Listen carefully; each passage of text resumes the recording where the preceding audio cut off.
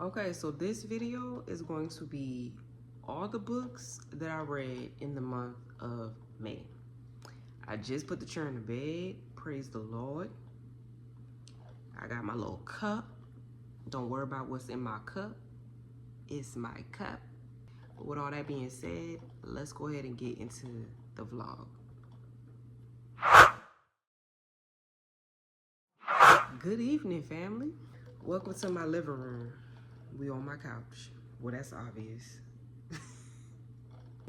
I got my little handy dandy notebook because I had to take notes because I don't remember off the top of my head what a young thug read, okay? But I am happy to say I did read 13 books in the month of May. I think last month I only read, I don't remember how many I read, but it wasn't a lot.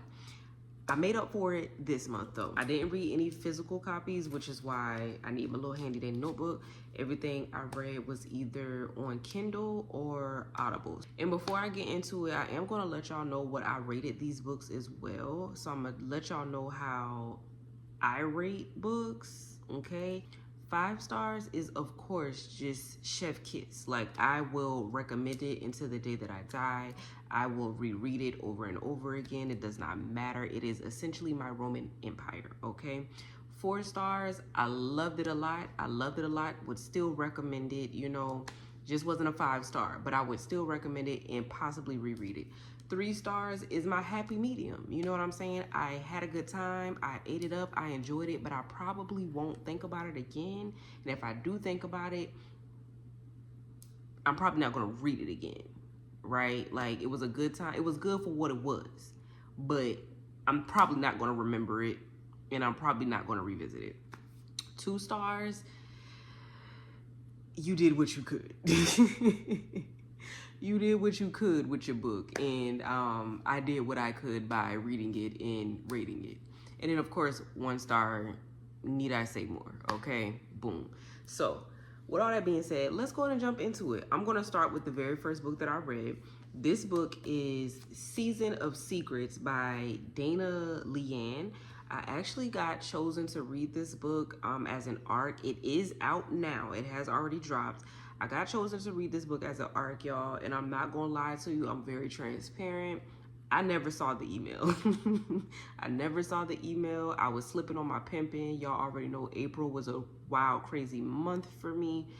So, by the time I got to the book had already been released.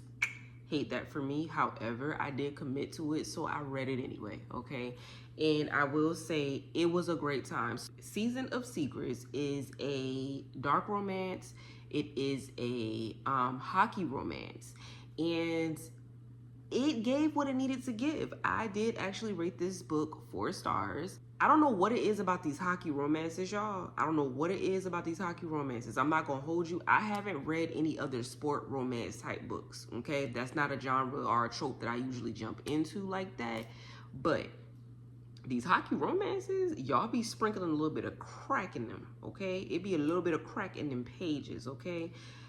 I have become a hockey romance fan, all thanks to Jacksonville Rays. If you know, you know. That is the Puck It Around series. Ate it down, ate it up, cleaned the plate, no crumbs left behind, okay? So anything hockey related, I'm probably going to give it a go because them things hit a little bit different. Not gonna lie to you, I don't remember the characters' names. If it's not a book that I rate like a 5 star, y'all, I'm more than likely not going to remember the names by the time I move on to the next book, okay? That doesn't take away from the book itself. It just didn't stick, okay? But I know when I read this book, it was a good time. There was some spice if you're into spice. It wasn't over the top, but there were some spicy scenes that was just like, ooh. Like I said, it was dark romance, hockey romance. It was enemies to lovers, somewhat like rivals, not really supposed to be dealing with each other. I'm not gonna lie to y'all, I don't really remember the plot of the book. I don't remember the storyline too much, don't really remember the plot, but what I do remember is the main male character was rivals with the main female character's brother. They both played hockey on separate teams and they were just rival teams. And he, of course, fell for the sister unknowingly. He didn't know that they were like brother and sister or whatever, but he fell for her. So hence the, you know, rivals, enemies to lovers whole ordeal, okay? It was a nice little storyline. I actually enjoyed the characters, and it was pretty short too. It's not a novella, but it was a quick read if that's something you want to get into, okay? Like I said, I gave it 4 stars, enjoyed it, had a good time. The next book that I read in the month of May is called Kaylin Breathe, and this is by Rihanna Wilson. I also gave this book 4 stars. This is also an ARC read, ironically enough, okay? This book actually just dropped today. So of course this vlog probably won't be out today, but yeah, it's the 31st. If I remember correctly, I think this book comes out on the 31st. So don't hold me to it, but that's what I think, okay? This book is YA. Don't be sleeping on YAs now, because some of these YA books be hitting low key, but this book is YA. What I will tell y'all is proceed with caution. What I mean by that is it is a real heavy book, okay? It's really heavy. It is going to put you in your feels for real, all right? So if you go into this book, don't go into it blindly. Definitely read the trigger warnings, all right? Like I said, it is YA, and it follows this young boy named Kaylin, clearly, and Kaylin is just really, the shit that Kaylin is going through is absolutely nuts, okay? I'm only gonna tell y'all what's on the blurb, but Kaylin is a young adolescent. He is at a predominantly white school, and he is bullied. Like, and when I say bullied, I mean severely bullied. It is outrageous. Like, it's so many times where I wanted to crawl in this book and fight everybody at this school, okay?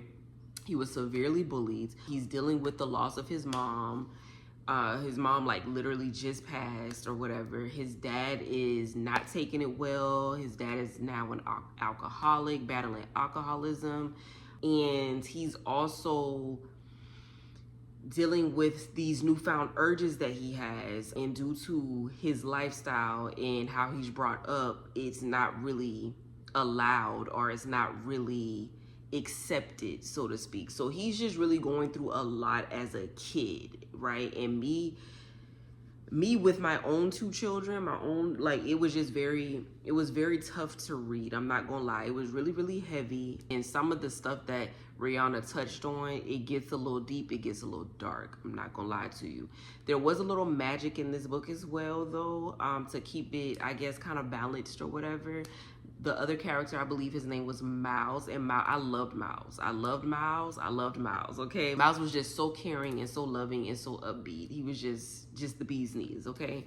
What I do like about this book, the author kind of blended real life shit and fantasy shit together. So it's like a really, really heavy book, but the magic of it all and the fantasy of it all kind of, I don't even know how to explain it. It just kind of makes it a little bit more lighthearted, if that makes sense. I don't know if y'all get what I'm putting down, but that's just the gist of how I can explain it. The way this book ended, it was bittersweet, okay? I'm not gonna say it wasn't a happy ending, because in a way it was a happy ending. However, I do like the fact that the author kind of played off of realistic situations, and how sometimes the things that you want to do, or the things that you want to, you know, get into, or whatever the case may be, is not always accepted by your family dynamic and all of this other extra shit. So I do like the way that she kind of did that. It was bittersweet, but nevertheless, it still was a good read, y'all. I did enjoy the book. It was just very heavy, okay? I can't say that it was eye-opening for me personally, because I am a person of color, so I do understand some of the trials and tribulations that my people do go through and do have to deal with on a day-to-day basis, or whatever the case may be. But it is eye-opening as far as family dynamics. Some families don't operate the same. Some families aren't as open as other families. Some families aren't as accepting. You know what I'm saying? And then of course, everybody's journey is different. Everybody's life is different. So everybody's dealing with different shit, you know? So to be like on the outside looking in on another family dynamic, that was also interesting. If it's something y'all want to get into, if you want to give it a go, if you want to give it a try, like I said, I did give it 4 stars. It was heavy. It was too heavy for me personally. I do read heavy books, but there's just certain topics that I just don't like being in for too long because it upsets my spirit. That's just the best that I can say. All right, let's move on. The third book that I read is Lunessa, Fire and Ice by C.J. Childs. So C.J. Childs did DM me, I want to say either last month or the month before. I think it was in March where she reached out to me and asked me to read her book and tell her my thoughts and so on and so forth or whatever. I did read the first book. I did enjoy it. It was definitely different than what I'm used to. I think I did do a mini breakdown vlog of this book in April's wrap up, if you want to go see what that's about. So she did have the second book that's here, and if I remember correctly, I think a third one is coming out.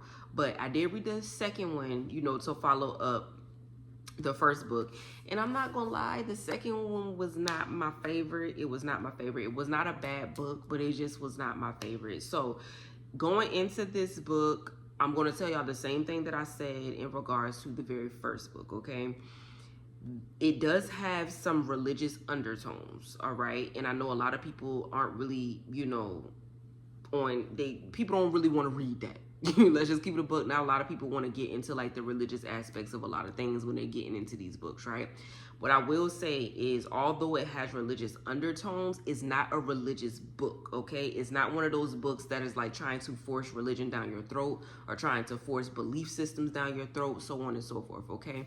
How I explained the first book is still the same type of storyline. It's just a continuance of what how the first book ended, okay? So it's essentially about these 2 souls that were brought down to earth that have to basically save the world, okay? Think about Hancock with Will Smith, the movie Hancock. Think about Beautiful Creatures, if you read that book or if you've seen the movie Beautiful Creatures, where you have this girl that's here to like save the world or whatever the case may be, or here to like live in her truth and embrace her truth or whatever the case may be, but she has this darkness within her as well, right? So it's like Lunessa is just here and she's battling her light and her dark sides, and it's just basically a battle of what side is going to win, right?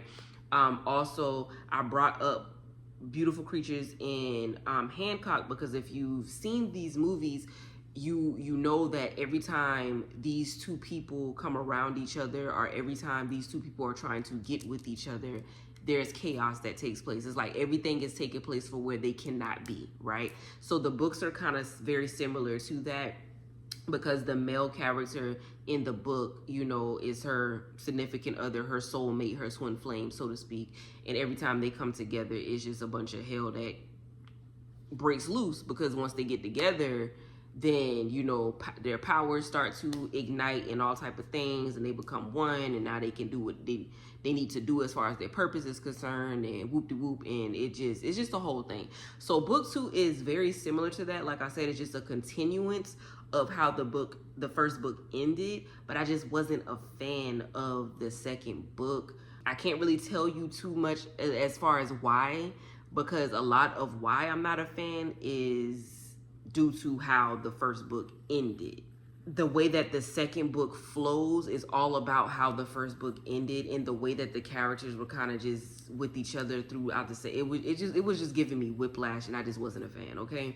The storyline is still popping, you know what I'm saying? It's still a decent storyline. It's still a decent love story if you're into like celestial type of romances and things of that nature. But I just personally wasn't a fan of the second book. I think I gave this one 3 stars. I enjoyed it, but it wasn't my favorite.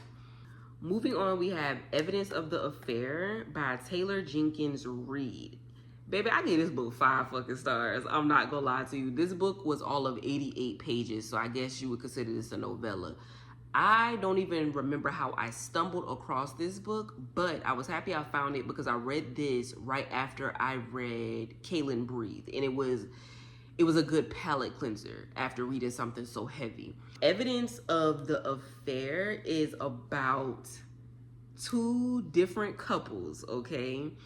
And the wife in this relationship over here starts to write the husband in this relationship over here. And basically she's writing him to inform him that his wife is sleeping with her husband.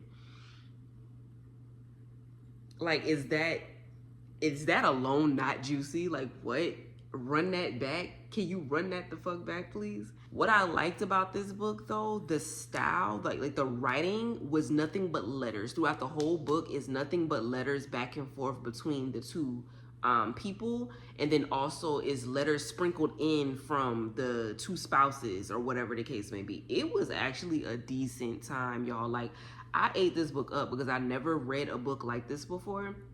I never read this style of writing before, and I thought it was a very good time. And the ending was an ending, okay? The ending was an ending. Now, I will say, I'm a person where when I read a book, I can usually figure it out, right? So I love when I read a book that gets me, right? I love when I'm reading a book where I am completely stumped. I wasn't expecting it, because I know the plot before the plot even begins, okay? I'm just that type of bitch. High priestess, hello. So I'm actually surprised that I didn't see that ending coming. And I didn't see it coming because of how all of the previous letters were kind of set up throughout the book. It was kind of like, okay, once I read it, it's like, okay, bitch, you should have known that that was a thing. Like, you should have expected this to take place. But I didn't. I didn't, just due to how the writing style was.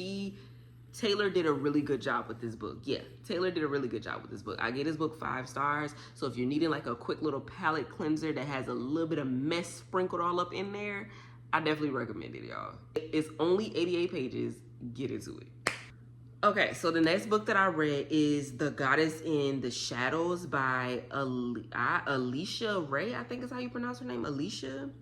I gave this book 4 stars. This book is more of like a spiritual book, okay? So for all of those spiritual girlies and guys that's out there that, you know, you like to get into the spiritual side of things, you want some spiritual development and things of that nature, this is a good book to read. One of my close friends actually recommended this book to me. We actually buddy read this together, and it was a good time. It's basically just about divine feminine energy, okay? And not just divine feminine energy, but dark feminine energy, right? Because we all have dark and light energy within us, and a lot of people shy away from their darkness, which you really should be embracing the dark parts of yourself, right? So within this book, it kind of highlights, I believe, either 7 or 8 goddesses, and tells you little stories about the goddesses, tell you like their origin and their background story, and it also gives you a lesson from whatever it was that they may have endured in that particular story,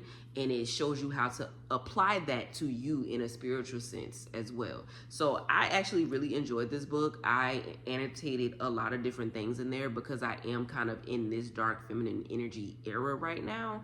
So I enjoyed it. If this is something that you are into, definitely give it a go. The next book that I read is The Garden of Time by J.G. Ballard. Now,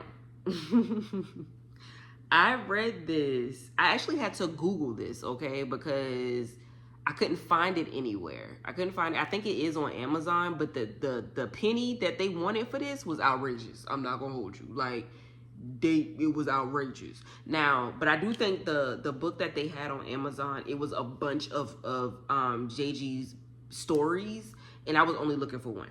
So I ended up Googling it, and I found the transcripts on Google.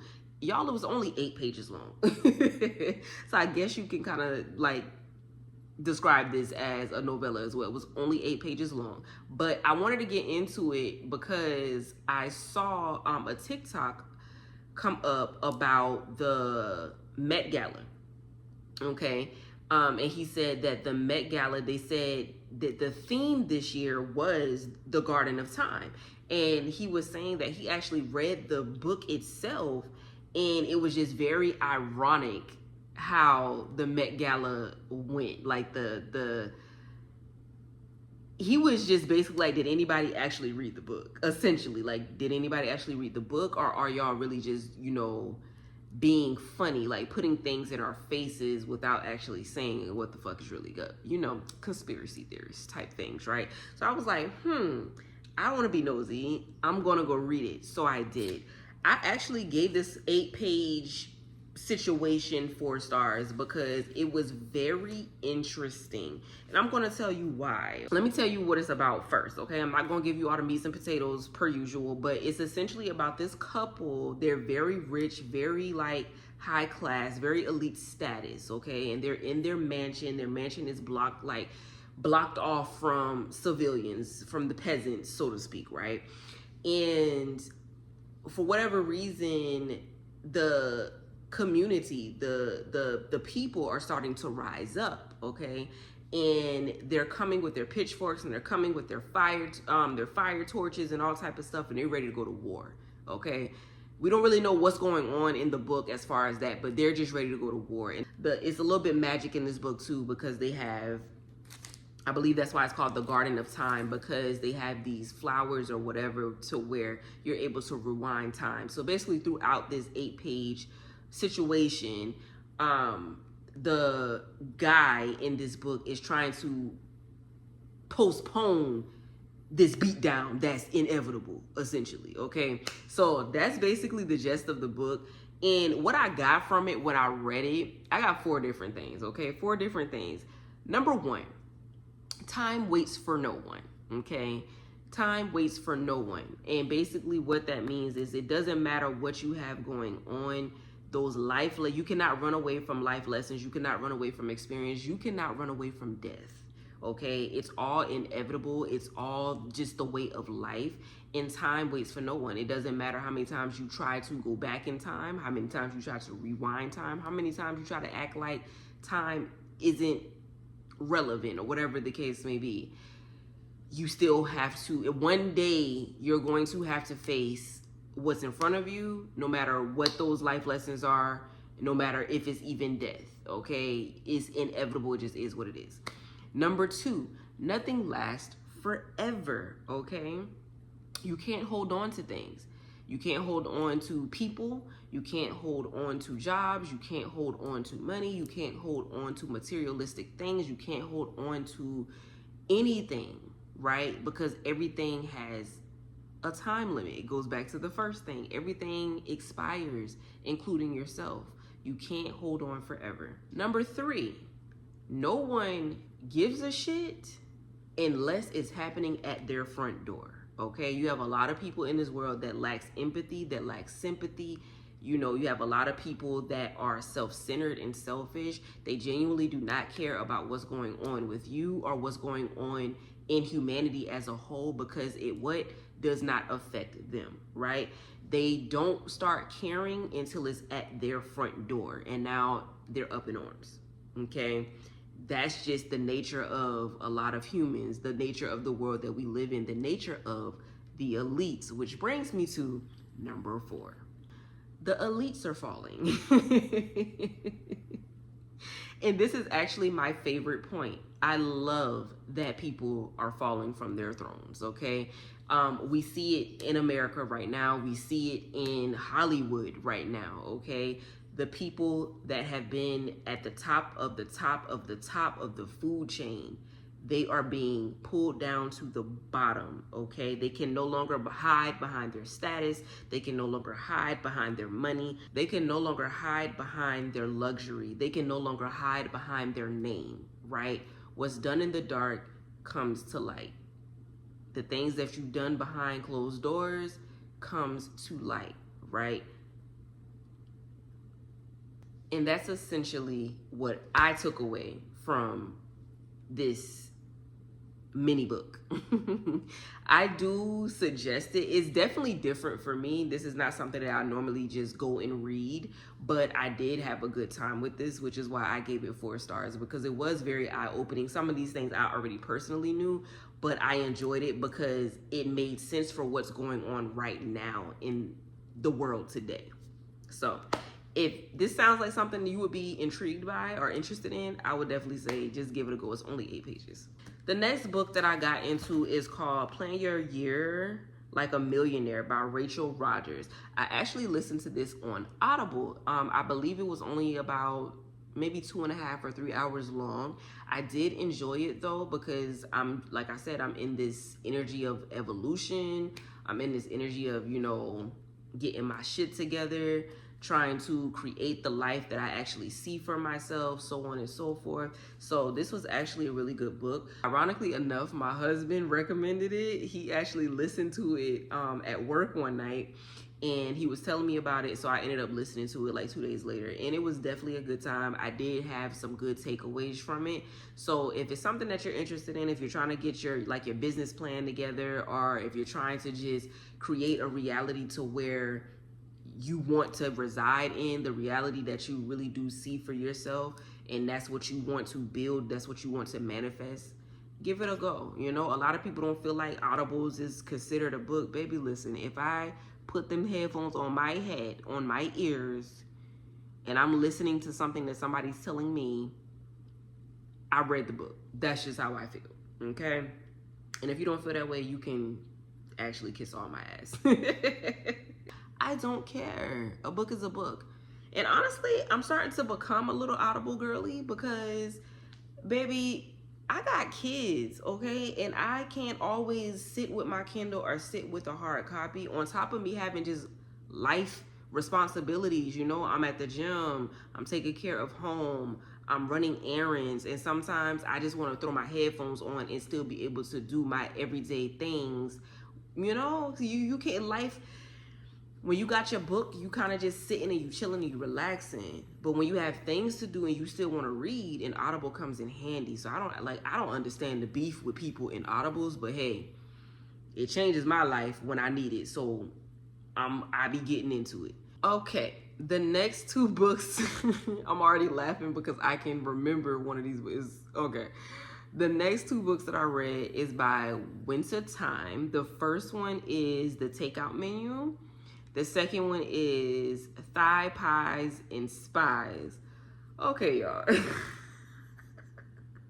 I'm already laughing because one thing about Winter, it don't matter what book she put out, I'm gonna eat it up, but I'm still gonna be scratching my head at the same time in pure, utter confusion. Like, I'm not gonna hold you. I feel like she just be having a fun ass time when she be writing these books, because sis, what is you talking about? What are you talking about for real? Both of these are novellas, by the way. So if it's something that you just want to get through really quick, if you need a little palate cleanser, if you want to add another book under your belt, go ahead and get into it. The first one, like I said, is The Takeout Menu. I can't remember the characters' names, but I do know that it's like this escort service, right? You have some that they... It's like this escort service. You have those that they call the appetizers, which all they do is just go on dates. That's it. That's all. They're not giving no cookies, no nothing. We just go on dates. These is what you would consider like sugar mamas and sugar daddies that just kind of want somebody to talk to or want somebody to take out just to spend some time with, things of that nature. That's what these appetizers do, okay? Then you have the full course meals, and I mean, need I say more? This follows one of the girls, and she's an appetizer. Her sister's a full course type of ordeal. She meets this older guy, and they kick it off. They have a good time, grand time, whoop-de-whoop. It also has a little bit of funny moments in there, but I'm not gonna lie, the ending kind of threw me, because I was just like, sis, be so fucking for real. Y'all, I think my ring light is dying. That's unfortunate. I did give this book a 3 because it did keep me intrigued. And it did make me chuckle. The ending was dumb, okay? I'm not gonna lie to you. The ending was dumb, but it was funny. Like, I did laugh, so, you know, whatever. I gave it a 3. The second one is Thighs, Pies, and Spies. That book is actually about her sister. Remember I said her sister was a full course meal ordeal. Well, this particular book, her and her sister finally open up a pie shop in honor of their mom, because their mom always made pies. She ends up meeting this random guy. She's leaving work one night and she hits this man with her car. okay? And he loses his memory. The storyline just follows them throughout the book, him trying to regain his memory and her falling for him and not knowing if he's actually taken or a married man, has kids, whatever. This one I actually enjoyed more than the first book, I'm not gonna lie. I did give this one 3 stars as well though. But either way it goes, they were cute, they were funny, they were spicy. Were they spicy? They were a little spicy. It wasn't a lot of chili peppers, okay? But it was enough. It was, maybe 1 or 2 chili peppers. But I did have a good time with this, y'all. I did. It made me laugh. It made me chuckle. And the storylines were interesting, to say the least. Winter is funny, okay? She literally just be doing whatever the fuck she want when she be writing these books. Moving right along, we have Hurt for Me by Heather Levy. Now, I am just very indifferent about this book. I actually gave this book 3.5 stars. When I first started it, it was kind of at a 2. I'm not gonna lie to you, it was kind of at a 2. I don't know what it was about the first 20 to 30% of this book, but it just was not giving to me personally. I don't know if I was in a book slump, a life slump, or if it was just really dragging like that. And it's wild because I thought it was just me, but when I looked at the reviews on Goodreads after I finished the book and wrote my own review, a lot of people said the same. It was just dragging in the first portion, the first half of the book, right? But it was a lot of things that was happening in this damn book that kept you intrigued enough. So I didn't DNF it. I did actually finish it. Now, the author does say that this book is a dark romance. I don't feel like it is. It's more of like a suspense romance, a mystery romance. And I say that because throughout the book, you're really just trying to figure out what the fuck is going on. Who did it and why is essentially what it is. So it does have a lot of darkness in it, but it's more under the lines of thriller suspense, okay? So if that's your type of genre, definitely jump into it. Now, my negatives of this book, for one, it kind of drug in the first 20-30%, like I said earlier, but also it was a little bit of politics, okay? What I will say is the author is very passionate about this subject. I don't disagree with any of the things that she was, putting in this book. However, for me personally, it doesn't matter if it's a book, it doesn't matter if it's a movie, it doesn't matter if it's a basic conversation, just everyday life. I personally don't like when things feel as if it's forced, feels as if it's being forced down your throat, feels as if it's just kind of like in your face, like this is what it is, this is what you have to accept type of thing. That was kind of the vibes that I was getting while I was reading this book, so it kind of turned me off a little bit, okay? Now, like I said, I don't disagree with any of the things that she spoke on in this book. I just don't like that it didn't seem as if she was giving the readers a chance to like organically I'm sorry, y'all, my camera cut off. But anyway, like I was saying, I don't feel like she was giving the readers a chance to organically embrace the information, if that makes sense. But yeah, so this book is significantly dark. Like I said, it's a lot of things that go on, so definitely heed the trigger warnings, okay? Proceed with caution because it does start off like, what the fuck, right? I will say I did enjoy her writing style. It was very easy to read, and the way that the book flows, it kind of goes back and forth between the past and the present. So you're getting the storylines from both time frames, okay? So it flowed very well. I can say I did enjoy the characters. Of course, there were characters that I just did not fancy, clearly, but I did enjoy the characters. I did enjoy the main characters for the most part. Not to get too much into the storyline, the main female character ends up getting out of this big ass trafficking ring. I don't know if you can say that on YouTube, but yeah, she ends up getting out of it, and now she's changed her identity and all of these things, and now things from her past is starting to resurface, and she's working with the FBI to figure out what the fuck is going on, okay? That's just basically what it is. This book really did remind me of the Mindfuck series, actually, but with a lot less gore and more so focused on dominatrix type of topics, which brings me to the next thing. This book was very, very, very focused on BDSM. And I'm not against BDSM, baby. I'm a dom myself, so I'm not against BDSM. Now, what I did like about this was the women in this book getting their power back, and that's basically what the gist of this whole book was things being taken from women and women gaining their power back and having more control not only of their own anatomies but having the power over men. Clearly, a lot of things that was going on in this book was very misogynistic, and if you don't know by now, if you've been following me for a minute, you've been subscribed for a minute, and if you've been following my content for a minute, you already know how I go about misogynistic shit. Like, these men be making my ass itch sometimes, okay, with the misogyny, but that's neither here nor there. That's another topic for another time.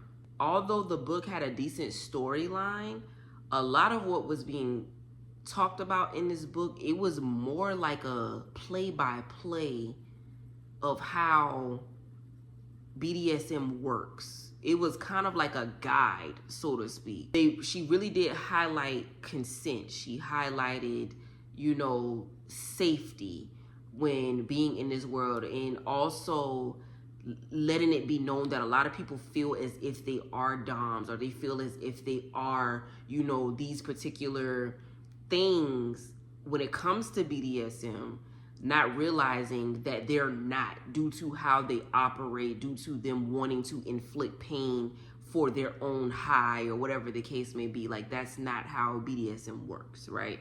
It's more for the pleasure of both, not for you to kind of just simply get off for really hurting somebody. It's just the whole thing. But yeah, like I said, it was giving really, it was political, the way that's just the best way. Like I said, you could just tell she was very passionate about her thoughts and feelings in regards to different topics and different things, right? So again, it really wasn't a bad book. It just it drug a little bit for me in the beginning, and then just the politics and the misogyny kind of wrapped up in one. It just kind of turned me off a little bit, but for the most part, I did enjoy the storyline. And I do think that it was a good read. So if you can kind of push through just the politics and kind of push through the darkness of it all, I definitely recommend it. Like I said, I did give it a 3.5. And that's all I got for that. The next book I read, and I'm already laughing. The next book I read was Accidental Porn Star by Cindy Tanner. Look at this fucking cover. This cover is so goddamn cringy, y'all. I just cannot. Okay, so first off, I did enjoy this book, y'all. It was actually very funny. It was very funny. The female character in this book was just so clumsy, and so just, she was just the clumsiest thing, y'all. And it was a lot of funny moments in this book. So I did chuckle a lot, okay? I actually got this book during a Stuff Your Kindle day, and I just never got around to it. And I just decided to get around to it because I wanted something quick to read. And I picked this because it really wasn't that long. It's not a novella, but it wasn't that long. So I read it. Now, the cover is cringy as hell. I'm not gonna hold you. And I am a big cover girl. I'm not gonna lie. Like, I love a good cover. If the cover is pretty, I'm going to get into it. The fact that this cover was so cringy, it took me a minute to get around to it. But I'm happy that I did give it a shot, okay? Now, I did give this book 3 stars. It was a good time. I did enjoy it, but it's not something I'm probably gonna think about ever again. But it was a good time. This story basically follows, I don't remember their names. I always forget the characters' names, y'all. But the main female character and the main male character, they used to be roommates once upon a time, right? Somewhere along the line, they ended up going their separate ways, but coming back around to each other due to life circumstances. Now, the main male character has gotten a glow up somehow. You know, he's driving a new car, he has a new place, it's fully furnished, you know, and all of the things. And the main female character is just like, okay, what you got going on over here? Basically, he is a porn star. He gives her this, I guess, opportunity to do scenes with him, so to speak, to help her get out of the situation that she's currently in. And that's basically what the book is, right? That's just kind of what it follows throughout the book. And it was funny. Clearly it's spicy because hello, the title. But it was definitely, I had a good time with this book, y'all. I'm not gonna lie, I had a good time with this. My only negatives about this book, one, of course, the cover. Two, there is a little bit of grammatical errors throughout the book. If you can get past that, then it's not a big fucking deal. And then three, there is a little bit of repetitiveness in some of the chapters, but it's not so much to where you're rolling your fucking eyes like, what the fuck is this? If you want like a little cringy, quick, spicy type of read, I definitely would say go ahead and get into this. I personally had a good time. If you don't like it, don't charge it to my heart, but it was good to me. Okay, the next book that I've read is Everything's Better with Kimberly by Lucy Eden. Now, this is actually the second book in this series. I did not know that until after I finished it, unfortunately. This book is also a book that I got from a Stuff Your Kindle day that I finally just kind of doubled back to or whatever. This is kind of like a little spicy rom-com novel. I ate this book up, y'all. It was so good, y'all. It was so good. I loved it.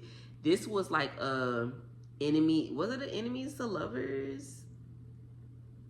I guess you could say enemies to lovers. They weren't necessarily really enemies, but the main female character was told to stay away from him due to his reputation, so to speak. But I guess you can say it was kind of forced proximity because they were in Barbados together and kind of stuck in a storm type situation. So yeah, if you like a forced proximity type of trope, definitely get into it. This was just a very, very cute romantic rom-com, and I love rom-coms because one, I love to laugh, and two, I'm goofy as fuck in my own relationships, okay? So I love reading about couples that are just naturally fucking funny. The banter, it be bantering, you know what I mean? And then the storyline eats as well. I ate this book up, okay? The way that he was with her was just so fucking cute. Like, he called her princess throughout the whole, oh my God. He literally just loved the ground that she walked on. Like, he was so obsessed with her in the cutest fucking way. And she was his little princess, okay? Like, she did not have to want for anything. He was just catering to her in all of the ways, whatever it was that she wanted, she had. And she had her own. Don't get it twisted. She definitely had her own, which I loved even more. I think her parents were like a judge or something like that. So whatever. And she built her own career up and things. She had her own money and all of that. But the simple fact that he was just like enamored with her, I loved it. I ate it up. I actually gave this one 4 stars. So if it sounds like something you would want to get into, definitely give it a go. The last book that I read this month is Everything's Better with Abby. Now, this is actually the first book in the series, and this one is actually a novella. So this one was fairly short. This one, of course, follows Abby, and it follows, I don't remember his name. But he is the brother, the older brother of the main guy in the first book, Everything's Better with Kimberly. So it essentially follows a family, okay? And they come from this fucked up fucking family. You know, their dad is a dick. Their mom is a nice, lovely lady, but she's in a very manipulative, abusive relationship with the father, right? So that's just the whole thing. But in both of the books, it's just them kind of coming out of their own and trying to find a family of their own to where they're loved and they're able to love the way that they want to and all of the things. Everything's Better with Abby was also very cute. He saw her and just immediately was head over heels with her. Now, both of these books, it is whatever that trope is, where they fall fast. I don't know what that trope is, but it's like literally love at first sight and be just in love immediately is giving that. It's not one of those slow burn type situations. It is a very fast paced type of love. especially with this one because it's a novella, so it's very fast paced. But the storyline was giving. We get a lot more into the family dynamic of why the family is so fucked up. But I enjoyed it. There is actually a third book, and I am going to read that. I probably won't read that in the month of June because I already have my TBR set for June, but I may double back to this series and read the third book in July. Yeah, I rated this one a 3-star, but I still ate it up. Enjoyed it. Okay, y'all, those are all the books that I read in the month of May. I'm proud of myself because, baby, I had to play catch up, okay? I had to play catch up. But 13 books under my belt. Love that for me. Hopefully, some of the books that I told y'all about has piqued your interest and you can kind of catch a vibe and get into it. Let me know if you read any of these books before. Let me know if you're interested in any of those and you're thinking about reading them. Drop it down in the comments. Let's talk about it. But yeah, that is going to be it for this vlog, baby, because a young thug is tired. I'm going to finish my little drinky drink and I'm going to call it a night, okay? Love y'all so much. Thank y'all for tuning in, and I will catch you in the next video, okay? Bye.